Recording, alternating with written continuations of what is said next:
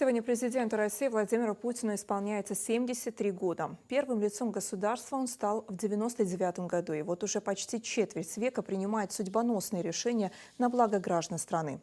По информации его пресс-секретаря Дмитрия Пескова, рабочий график президента остается насыщенным. Запланированы совещания с постоянными членами Совета Безопасности и серия международных телефонных разговоров. Эта традиция проводить день рождения на рабочем месте уже стала для главы государства привычной. В прошлом году праздник также был посвящен решению государственных задач. Владимира Путина с днем рождения поздравил глава Ингушетии Махмуд Али Калиматов.